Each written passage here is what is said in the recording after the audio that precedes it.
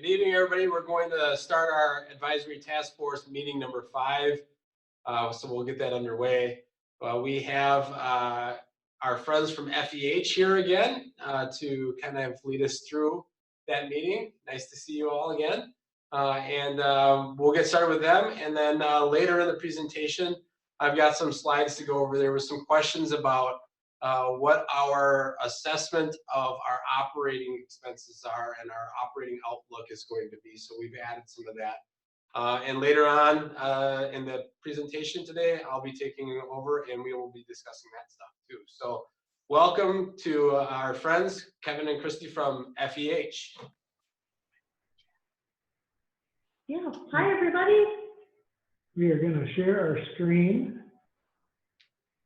Kevin, as you're sharing the screen, I'm going to remind everybody that they are muted, but they can chat with the host. So if there's any questions that they have, they can certainly type those in. Mr. Board is off screen here, but he's here with me at the high school, and he'll be moderating tonight's chat line for us.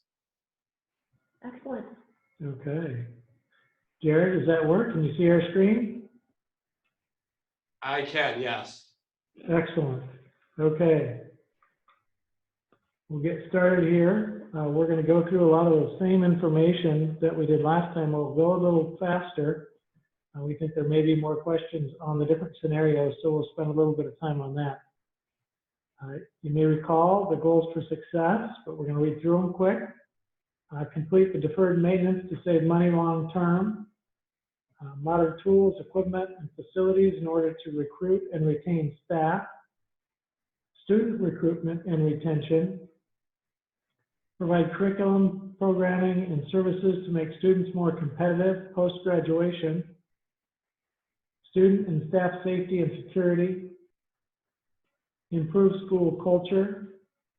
Improve internal and external communication. Quantify and maintain an annual maintenance budget. Engage minority populations. And provide accessible and equitable restrooms at all schools. So we're not going to go through all of the space needs programming and condition assessments. You've seen that. It's been on the school district website for quite some time.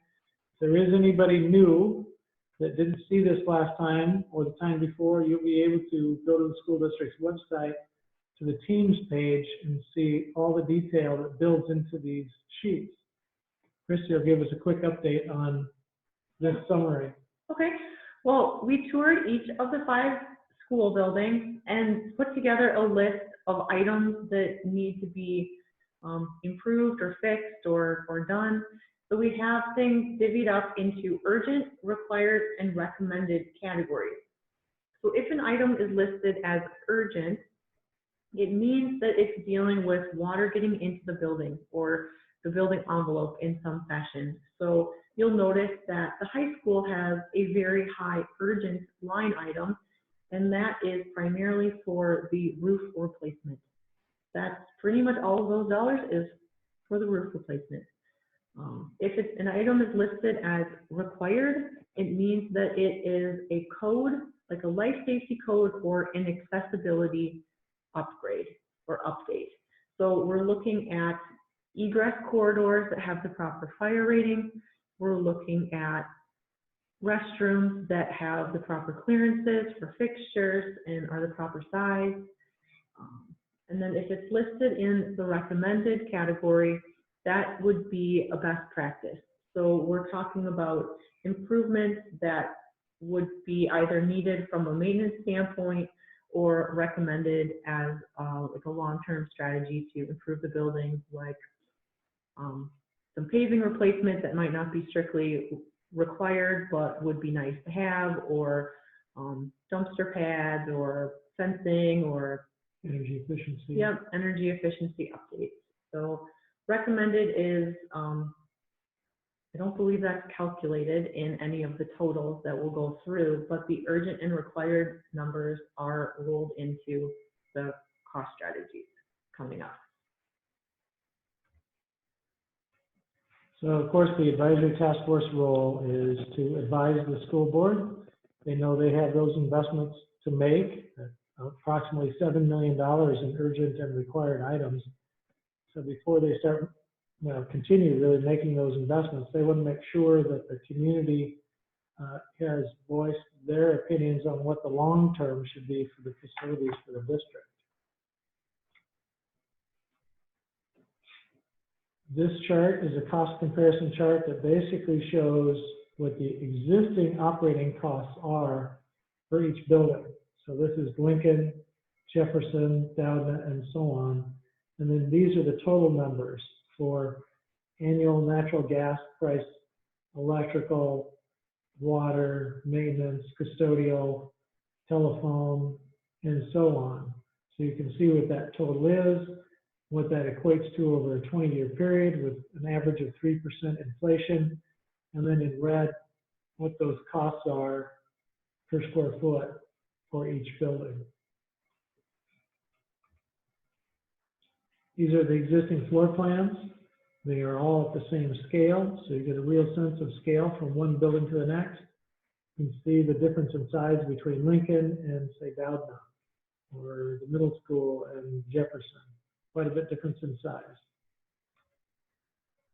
These are the cost comparisons, the existing district costs, and then to the right, if we add back or add in approximately 6.5 full-time equivalents for positions that were either lost through attrition or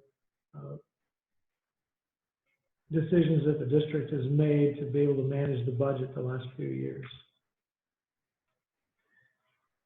So then we're going to go into some of these different scenarios and then give you pauses just like we did last time for places for questions that you can send through the chat. So again, this is scenario number 1, RSD1. In this scenario, everything that is a red box is an addition to the building to meet the space needs requirements of the same grade levels that are currently served. And where there are red crosshatches, those are renovations of spaces that require modifications or updates. This is what that looks like. The operating cost comparison is that lower, darker orange, and then the capital cost for that scenario is the upper, lighter orange color. RSD2, the real difference here is that a new early childhood center is being constructed at the high school campus. And we've identified one possible location for that to the west of the building, over by the practice fields off of the lane that heads up to the west.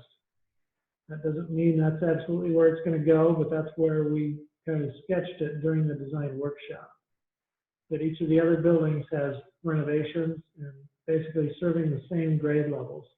So you really still have 5 buildings, but it kind of brings you down to only 4 campuses, since the early childhood center would be at the high school.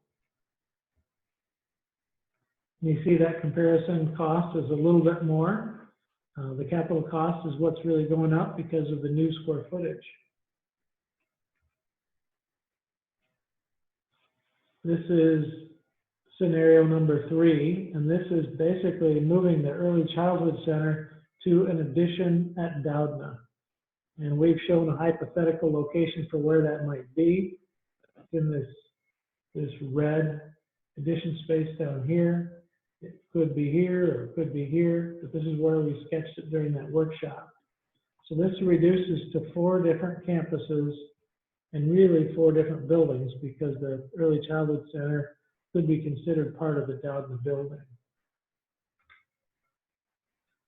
And you can see that the cost for this is really starting to go down because of the operating cost reductions, moving to a connected building in just the 4 campuses. And then RSD4, this one is a little bit different. It has the addition at Lincoln, at Jefferson. Jefferson becomes a magnet school. And it's a magnet school that serves only one section of each grade, from early childhood all the way through 8th grade. So it could have a focus, it could be a Montessori, it could be a science focus, it could be the arts, it could be a lot of different models.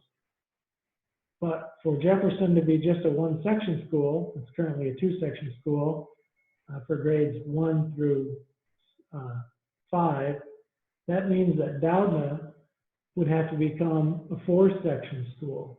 So we would need to do an additional classroom addition at Doudna to be able to accommodate those additional sections. The work at the middle school and the high school is basically the same as the other scenarios. And this is what that model looks like on the operating and capital cost graph.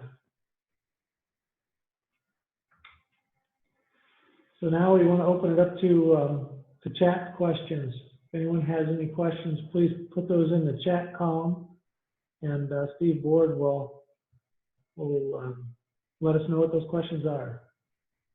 Yeah, at this point, we don't have any questions, so just a reminder to please go down to the chat. I'm the only one that sees them. We won't say your name, so welcome any questions or thoughts that you might have throughout the presentation.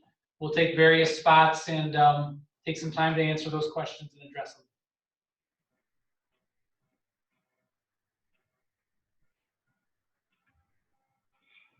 Okay, we'll continue on. So this is RSD number 5. Again, this reduces to 4 buildings. This one actually closes Lincoln, and it converts Jefferson really to the early childhood center. It has the early childhood through 4th grade, or not 4th grade, 4-year-old kindergarten. And it has the addition at Doudna, approximately the same size as the previous scenario had, but that basically has all 5 sections of grades kindergarten through 4th grade. And in this case, we move 5th grade to the middle school. So there's a new 5-6 grade wing on the south side of the middle school, and that serves 5th grade through 8th grade. And the high school scenario is basically the same as all the previous scenarios.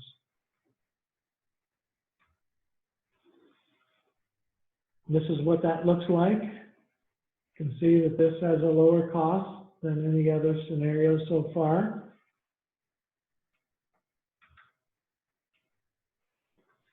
RSP 6, this again is a 4-building scenario, but it's really 3 campuses because it shows the early childhood center being built at the high school campus again. It's not connected, but it is close to the building.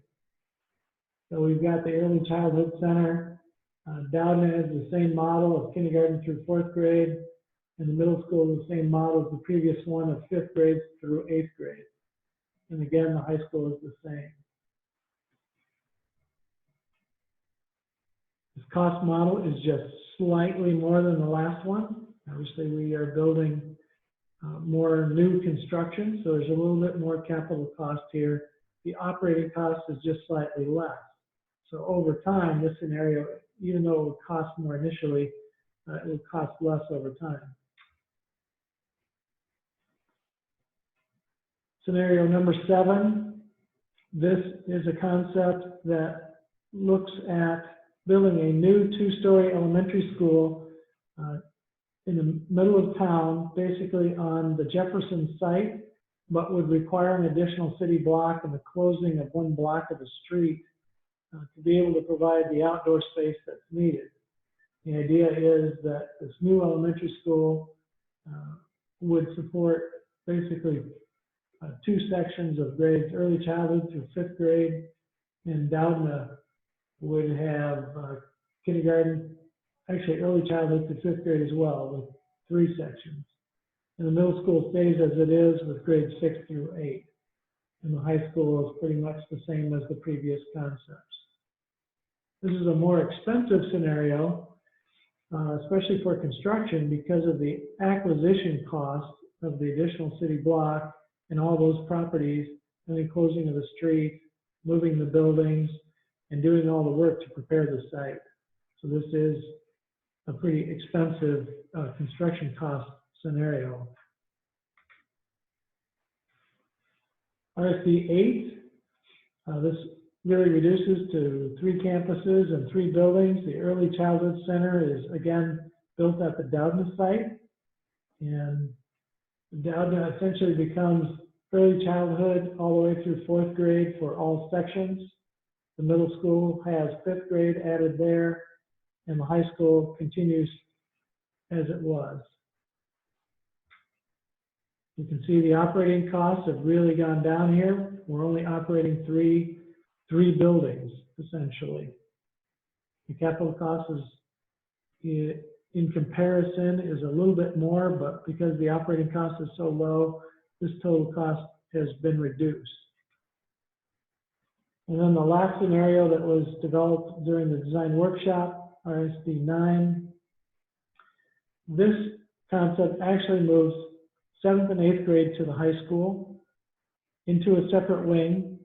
We've currently shown that wing in the back, and some of the other spaces that would need to be expanded to accommodate those students are shown throughout the building. A new gym and locker room space near the existing gyms of the high school, expanded music, arts, and band spaces, capturing some of the science spaces back in high school and some of the special ed spaces. And of course, the office staff would be located with the current office staff that's there. The middle school then would serve 3 grades, grades 4, 5, and 6. And then Doudna would basically serve early childhood through 3rd grade and would require that early childhood addition. Again, this is 3 buildings on 3 sites. You can see it's very similar to RSD number 8, but overall cost is lower again. It's another opportunity to ask any questions in the chat window if you'd like to.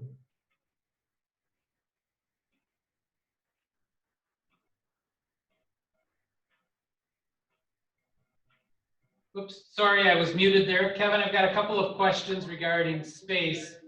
In all of these designs, does it account for not only current space needs, but also potential space needs such as an all-day, everyday 4K?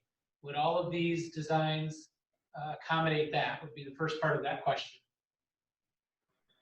All of these designs do meet the same program of spaces that was developed, and that included going to all-day 4K, whether it's 4 or 5 days a week. So that's included in every one of these models, as well as the need for additional early childhood classroom.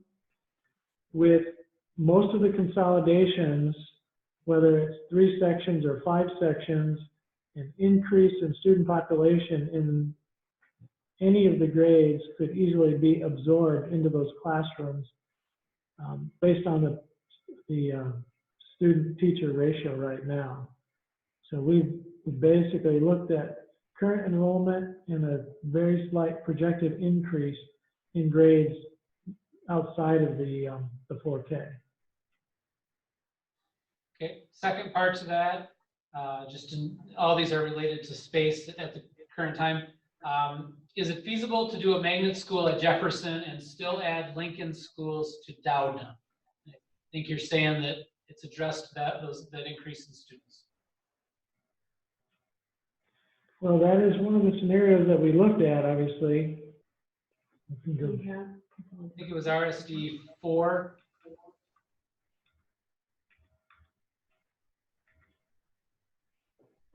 Yes.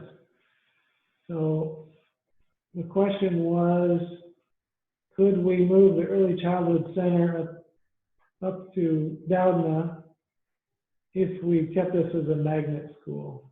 So that would basically make Doudna a 4-section school all the way through the grades. And this addition is getting pretty large. It would require us to definitely build in the floodplain to be able to do that, or on this end of the building. But I think the site is large enough that could be possible. Great segue into the next question. is adding on at Doudna a viable option with the flooding issue? I know we had that question last week. Could you touch on that issue? Yes. Well, additions can be located on different parts of the building. We know that at Doudna, the floodplain exists down here in this field. I'm kind of referring to this plan. We can build on the south end of Doudna to a point without even touching the floodplain. If we need to build further into that floodplain, we need to basically balance that grade change on another part of the property. So if we elevate the grade by 3 or 4 feet for a building pad, we need to accommodate that somewhere else. So it does get to be a little more expensive to have to do that. Okay. Switching to the high school, is there currently room at the high school to house the 7th and 8th graders? I think that's kind of addressed in RSD 9. And if anybody asks a question and I don't relay it the way you intended it to be, just fire another message back at me and we'll get it addressed correctly. So some of the challenges, there are a few classrooms available that would help with that. There's family and consumer science, there are tech classrooms, there are some science labs, there's some special needs spaces, there's some space in the office that is available, but there aren't the total number of classroom spaces that are needed, and you don't have spaces like the gymnasium available for those students in the arts. So that's why programmatically we would need more space so that those kids would be able to be accommodated there. Okay, and the last question I have at this point, switching away from space needs, what is included in the operating costs between what we're currently doing and the 6.5 addition in the second bar chart? It's $15 million more than the first. Wondering if there's more included in there than just the 6.5. Maybe you could address, that's a 20-year option, I believe, correct? Yes. So it's looking at operating costs over 20 years. So I think referring to that bar chart. Yep. yeah. So the question is really what's included in the operating costs? No, what's included in those first 2 bars, the RSD existing plus 6.5 and the RSD existing. The real only difference here is 20 years worth of the cost of 6.5 FTE. And there are no other staffing costs other than custodial in these operating budgets.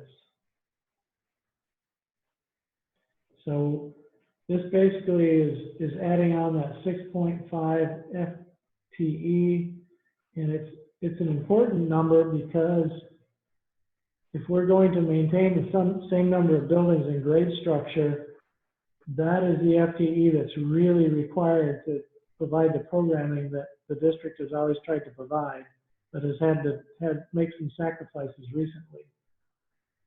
So as the number of buildings changes, that FTE can be reduced significantly, the 6.5, down to 2.5 with 4 buildings, and down to 0.5 with 3 buildings.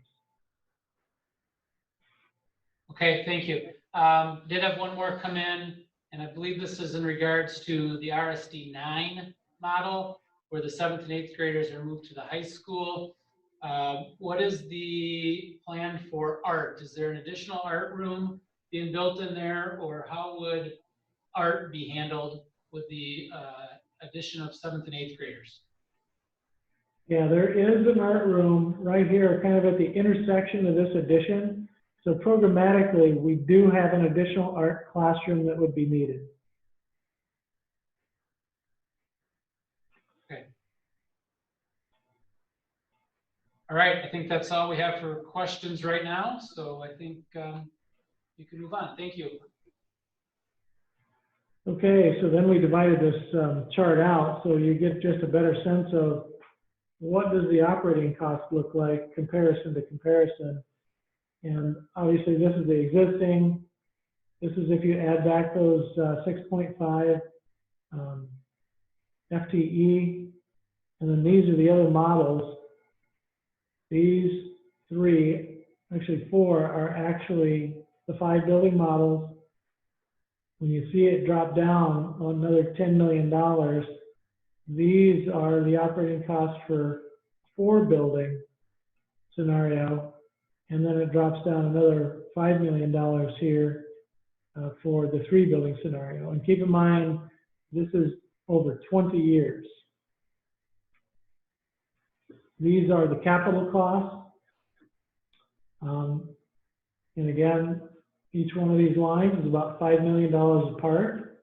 So you can see the difference between, let's just take our own structure and let's update that. It's right at that $30 million. And some of these others jump up to about 31, maybe 31 and a half, 30, 31. This is the option that adds the new 2-story building. It's very expensive because of the land acquisition that's required. And then these are the 2, 3 building scenarios, around 32 and a little bit over 30, I believe. But all in all, they're all pretty darn close. And the real changes, the real difference that you see are in the savings over time and the operational costs with those models. And then these are the combined numbers again. This is a condensed chart. There's an expanded version of this on the school district website, so you can see a lot more of the detail. If you're a numbers person and you want to get into that, you can see that. But it's in the same format as the existing cost comparisons that we showed. These are the capital costs for each of the scenarios across the top. And as I said, it can range from 30 million plus to 32 million plus, except for the big one, number 7, which is over 42 million. Square footages of existing buildings, how much of that is renovated, how much of that is new. And then the total operating costs, cost per square foot in the different scenarios, and that's averaged across all the buildings. And then the 20-year cost and the 20-year cost per square foot, averaged across all the buildings. And again, just a reminder, 3 buildings, 4 buildings, 5 buildings, and so on. This was the criteria chart that was developed with the weighted criteria, timeline, capital cost, operating cost, student preparation, student benefits, retention, inclusiveness, sustainability, and then adaptability and flexibility with a total possible score of 45. When we look at the scores that each of these comes to as it meets these criteria, it's pretty clear that option 6, 8, and 9 score the highest in this. This isn't pure science, but this is a good way to kind of evaluate things. You can see numbers like scenario number 7 and scenario number 4, they don't score very well against these criteria that were developed.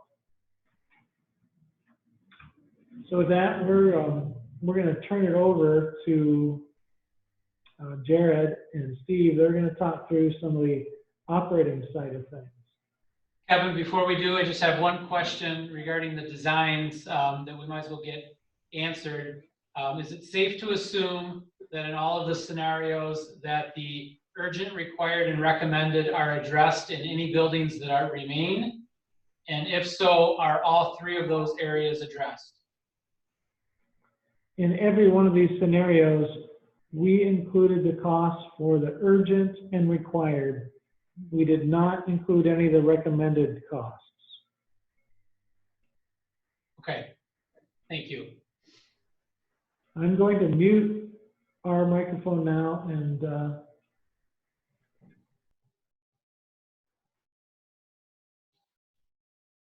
Okay, so as we get started, I know one of the questions that everybody had was we had all of this information on the capital improvement side the buildings.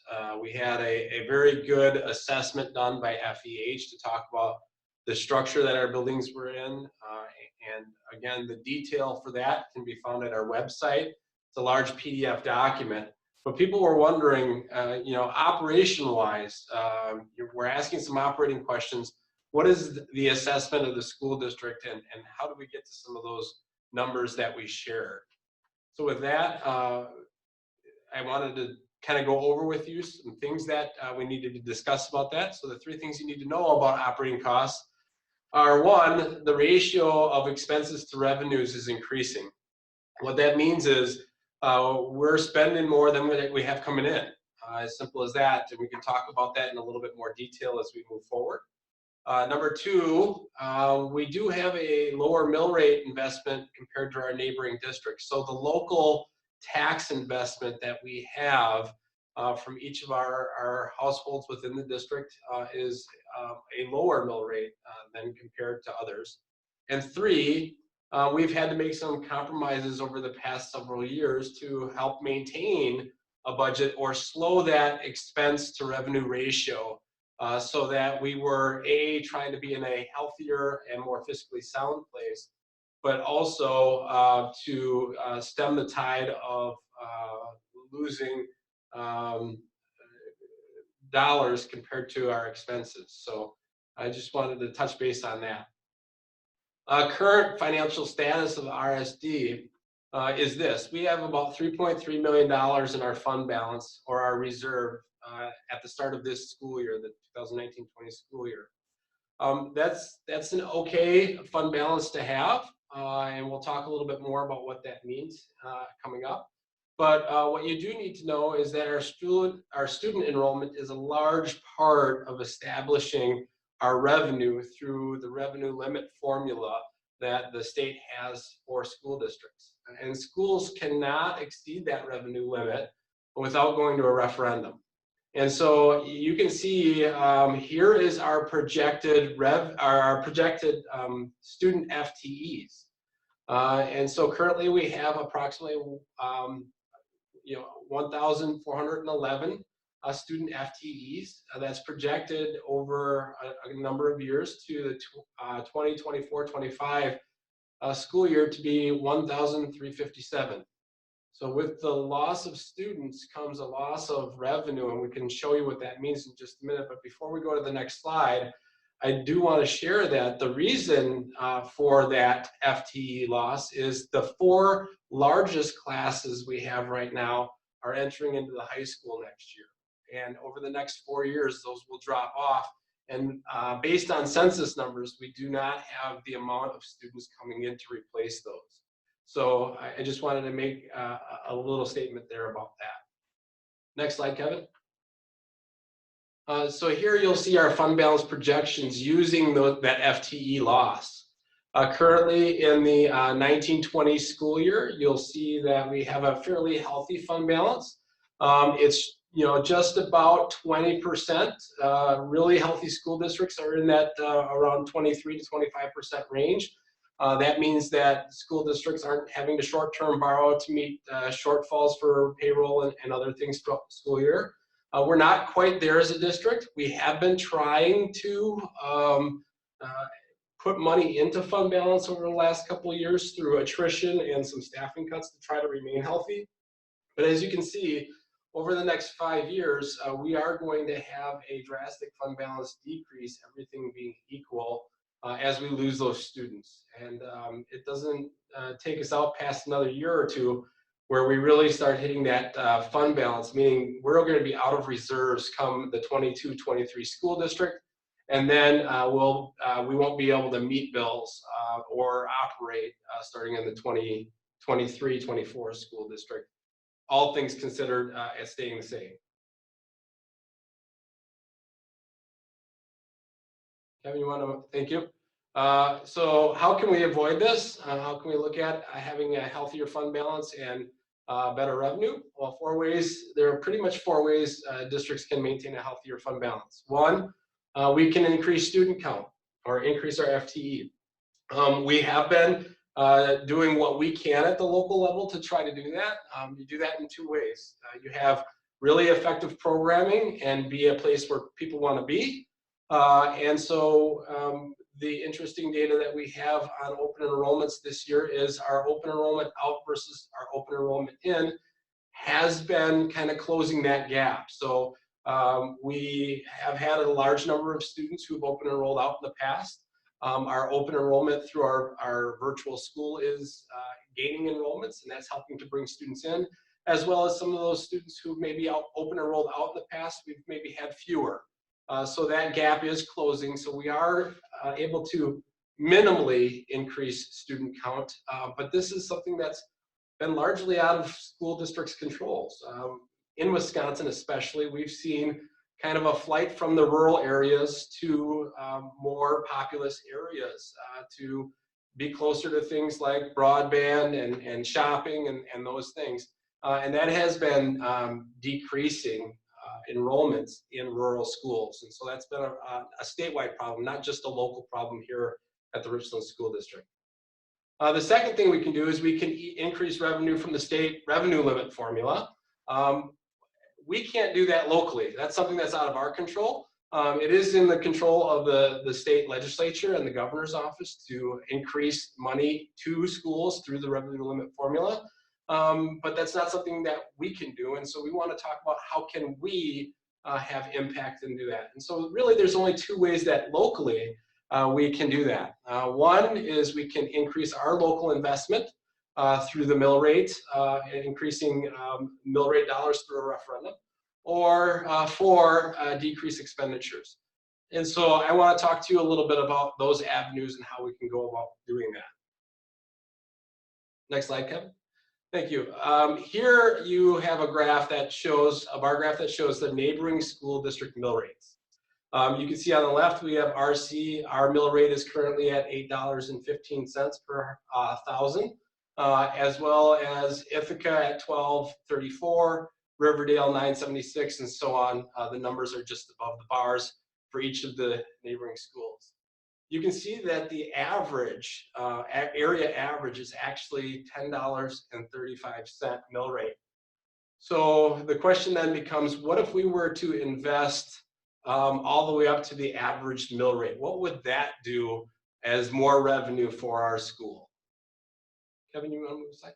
So if we were to invest to match the average mill rate of our neighboring districts, you can see what it does to that previous graph, right?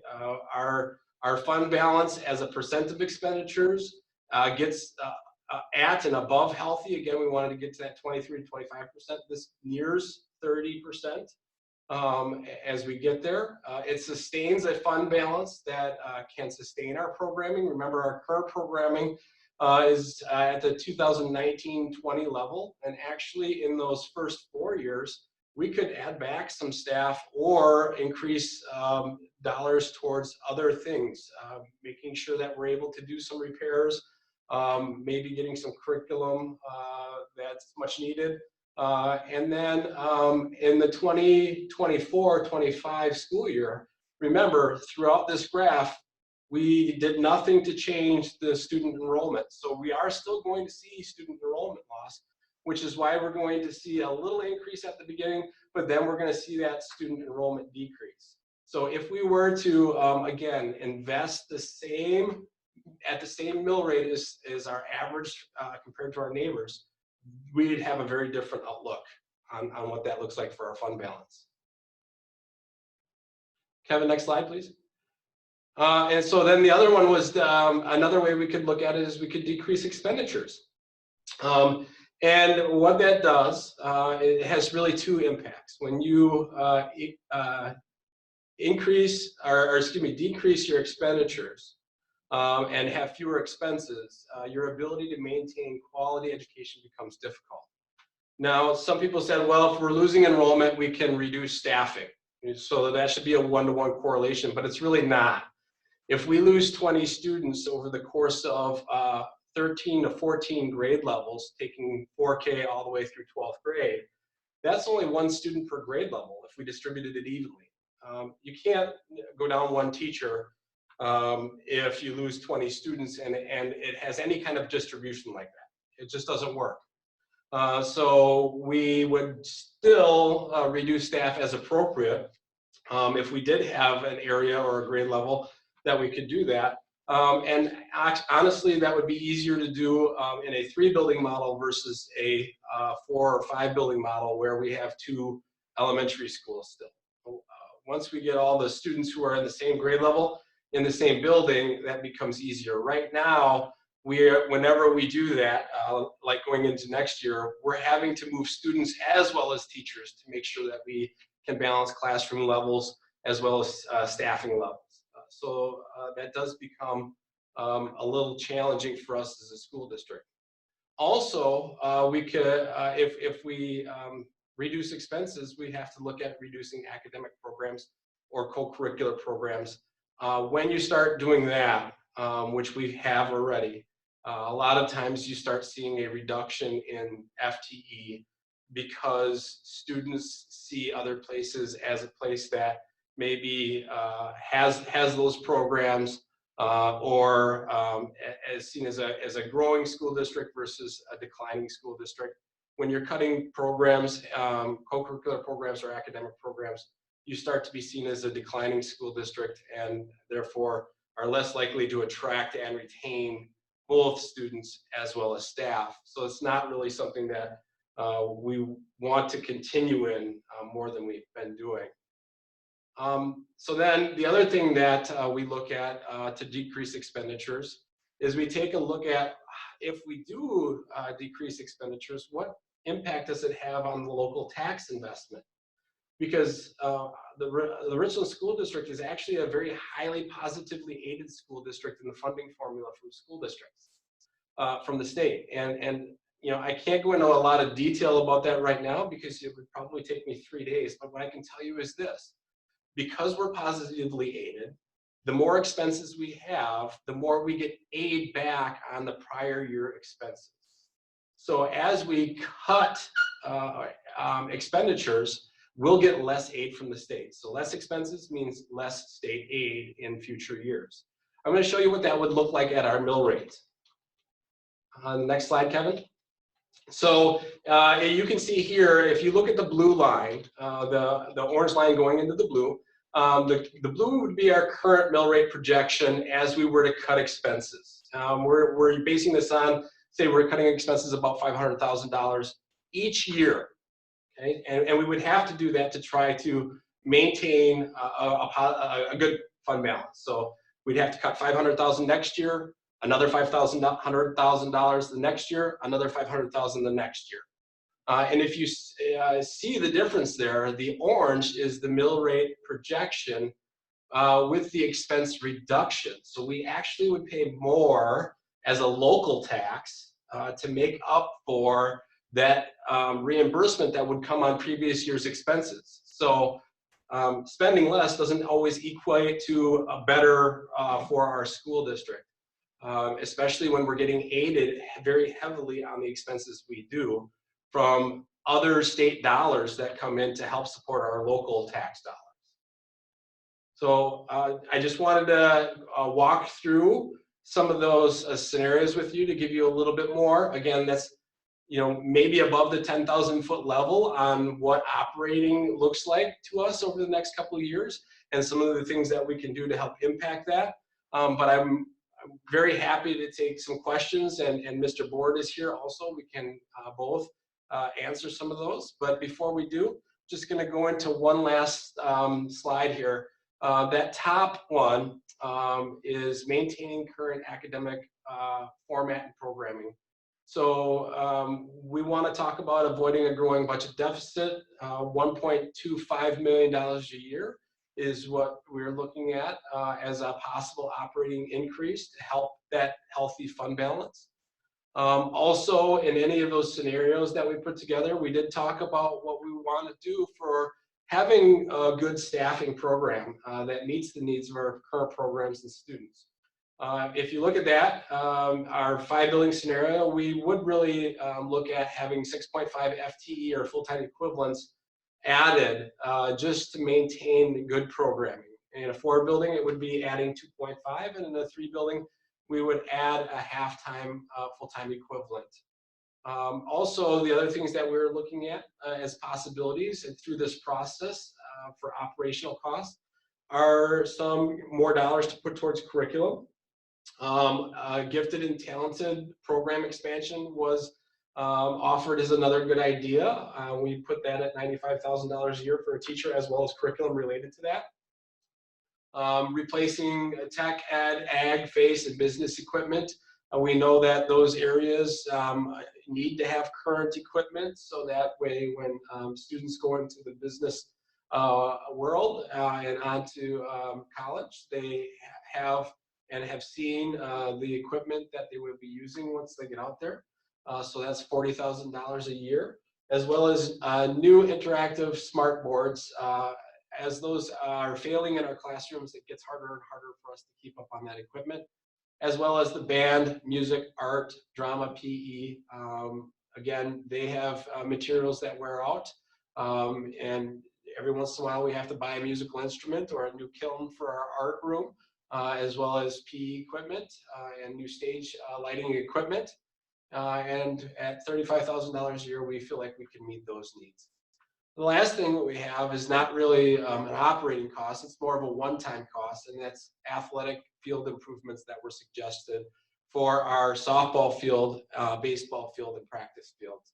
During our last referendum, we were able to successfully complete new construction on our track, as well as our football field, and those facilities are currently up to standard, and I think have really shown the community some really good use, and people are really proud of what we were able to do through that.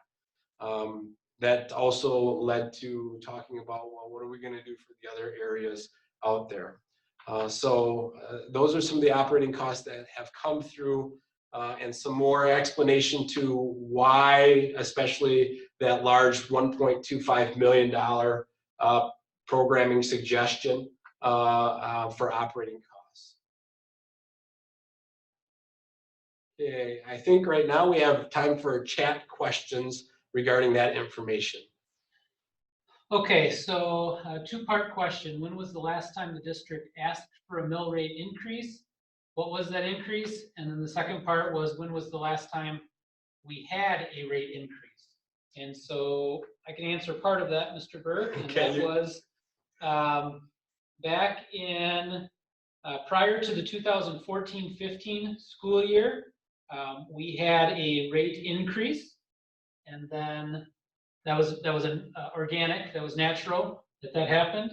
And then the last time we asked for a rate increase was the 2015 school year?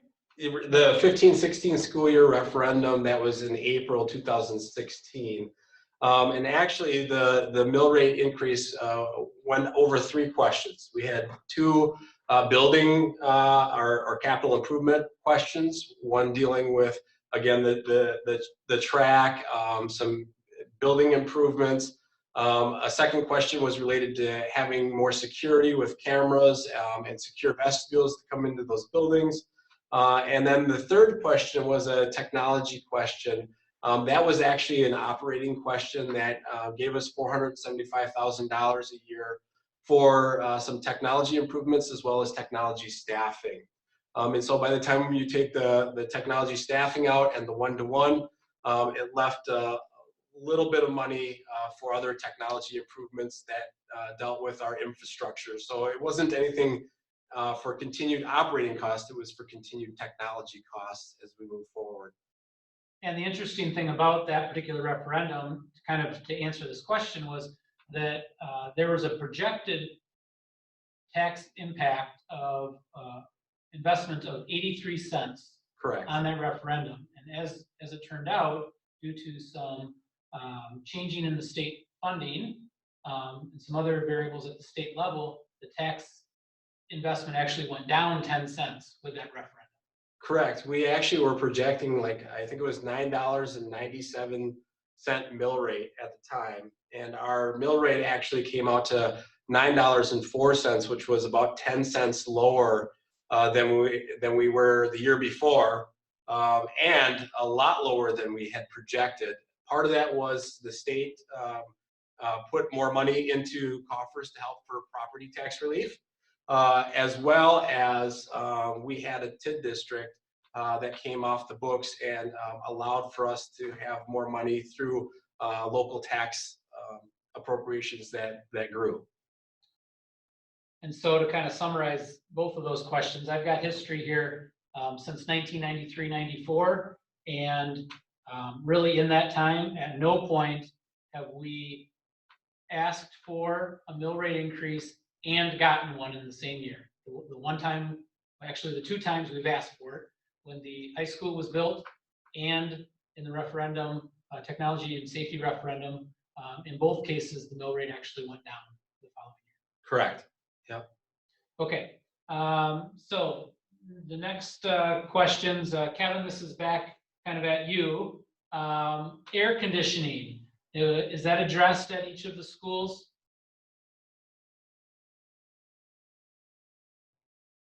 There we go. Air conditioning was included in some of the areas in the schools, but not all. Yeah, a lot of it fell under the recommended category. Okay, so that was all under the recommended. All right, and then can you pop back a few slides to the cost comparison, capital costs and the operational costs, where you kind of had that summary there right before the criteria chart, I believe it was. One more, a couple more. Okay, right there. So the question is, I want to make sure I'm reading the cost comparison correctly between scenario 8 and 9. It looks like the capital cost is more for scenario 8, but that the ongoing operational cost for 8 is actually lower than 9. Can you expand on that or confirm that? This will probably help a little bit more. This is the capital cost comparison. You can see that 9 is less on the capital cost side, and on the operating cost, 9 is slightly less here as well. So in both cases, option 9 is a little less than option 8 when just looking at those two.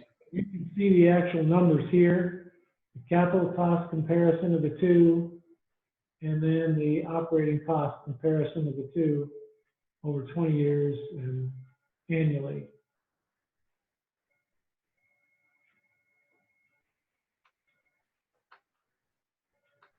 Okay. Okay, we had a request to the mill rate trend over the past 20+ years. If we could provide that, absolutely. Why don't you go get a copy of that and we can put it on our document camera? Okay, I'll work on getting that. And yep. Or do you have it? Why don't I can probably go grab it out of the annual meeting booklet. You can probably pull it up on the computer here. Okay, why don't you work on pulling that up? And because I'd like to give everybody, since this is one of our last meetings, I'd like to make sure that everybody has that information so they can see that. So Steve's going to try to do that. Is there a question that we can answer while you're looking that up, Steve? That is the last question that I have right now. Okay. So we'll just, how about we do this? We take about a 2-minute break. That way, Mr. Board can get the information that he needs, and we can project that up on the screen for you. I want to make sure that everybody has their questions answered. And if you have another question, please feel free to send it into the chat, and we can do that. Or remember, these are just scenarios. If you have something else that you think would help heighten this, any of these scenarios, or for us to take a look at, then that would be helpful. I mean, we're getting to the point where we're going to start narrowing these scenarios down, but whenever there's a suggestion to tweak or something, it might actually be helpful even as we narrow them down. So I'm going to take a real quick look over here at the chat again, see if there's anything else.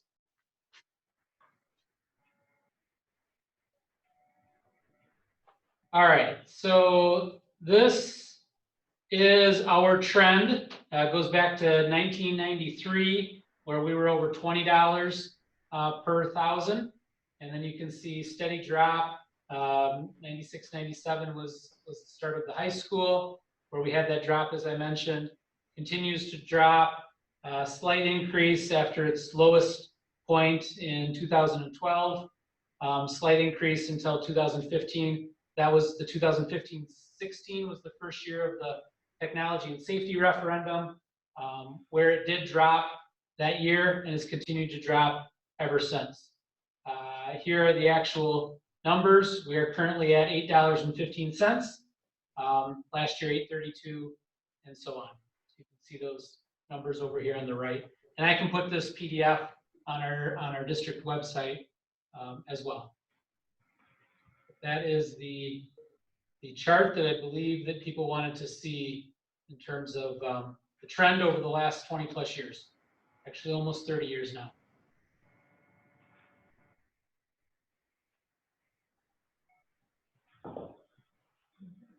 Okay.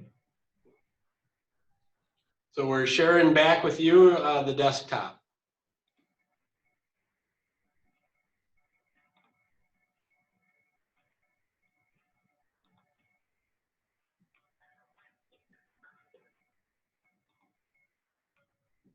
Okay. So this is really our last slide. We wanted to thank everybody for filling out the survey last time. We ended up with 58 responses. That was really great. Those responses were all kind of based on what's your reaction to dollars. The average support for capital cost dollars was in the $20 million range and about $158 per $100,000 property value annually, and the operating cost was about the same for an increase. So we've got another survey because we really want to narrow down the scenarios and hopefully have a preferred scenario that we can take back to the school board.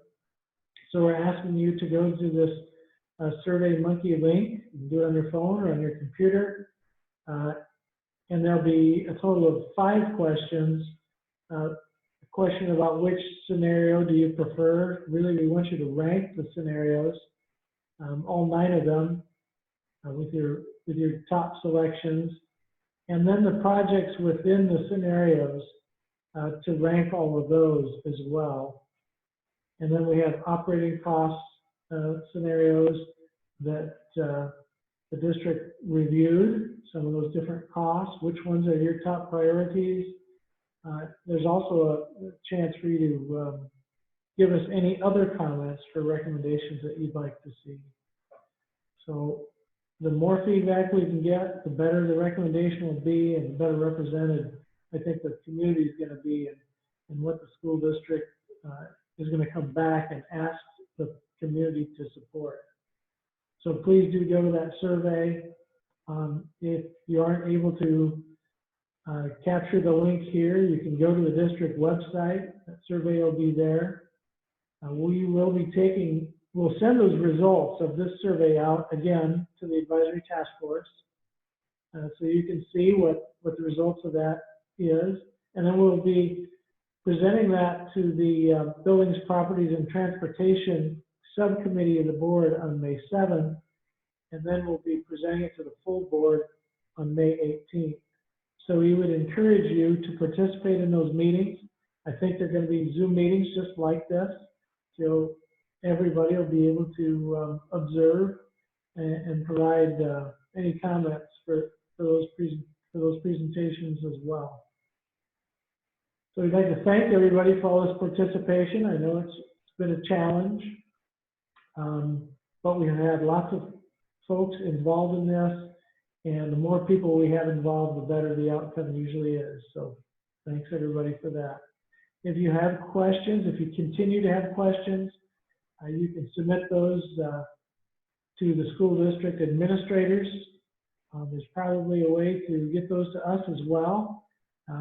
You can send those via email to Christy or I, and if you don't have our email addresses, you should have them because I've been sending out all the invites. But you're welcome to send as many questions as you like directly to our email. So thanks a lot.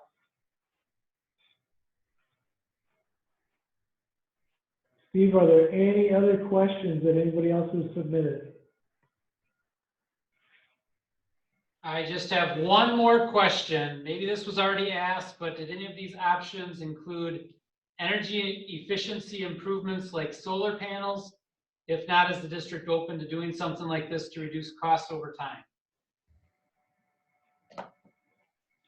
Most of those items were included in the recommended categories, but where there are renovations, the renovated parts of the buildings have to be brought up to the current code, and the current building codes include very stringent energy efficiency requirements well beyond when these buildings were built, and they continue to get more stringent. So there is some energy efficiency built in, but the majority of it, and things like solar panels, are on the recommended list right now. So if you've got recommendations for that, please add that to the last question on the survey for the school district to consider.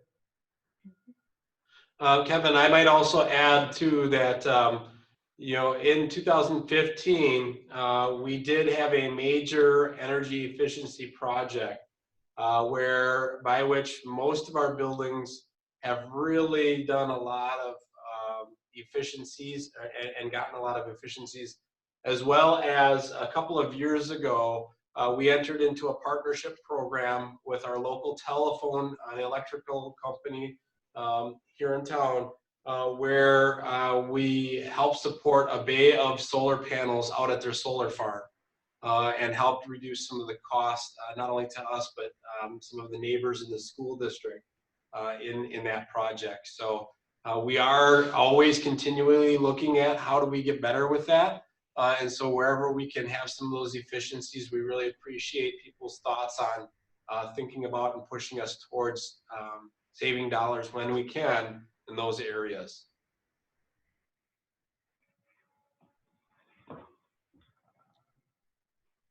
Any other questions, Steve? That is all we have at this point. When you go to take the survey, you're going to have to go into the Teams page, click on the Into the Future, join our teams, and then at the top there will be an opportunity to take the new survey. Okay, well then the last thing I'll say before I say goodbye is this. Remember, next week is Teacher Appreciation Week. Please share with teachers just how much and how needed they are, especially during this time. Our teachers have been doing an excellent job providing education through this pandemic to our students and being a lifeline to those kids at their homes. And I really appreciate that. Hopefully you have a chance to celebrate a teacher too, and you don't have to wait till next week. You can do it every day. So with that, happy Thursday. And thank you for your information and thank you for attending. And we will be taking this information to our next Buildings and Property meeting on May 7th. That will also be broadcast in a similar fashion to this. So that's when you can see some follow-up information as well as those emails that FEH will send out if they have your email address. If you'd like them to have your email address, you can always email us at the school district and we will forward it on to them. Anything else, Kevin? No, we're good. Okay, well, we'll see you soon and thank you everybody for attending. Have a good night. Thank you. Thanks.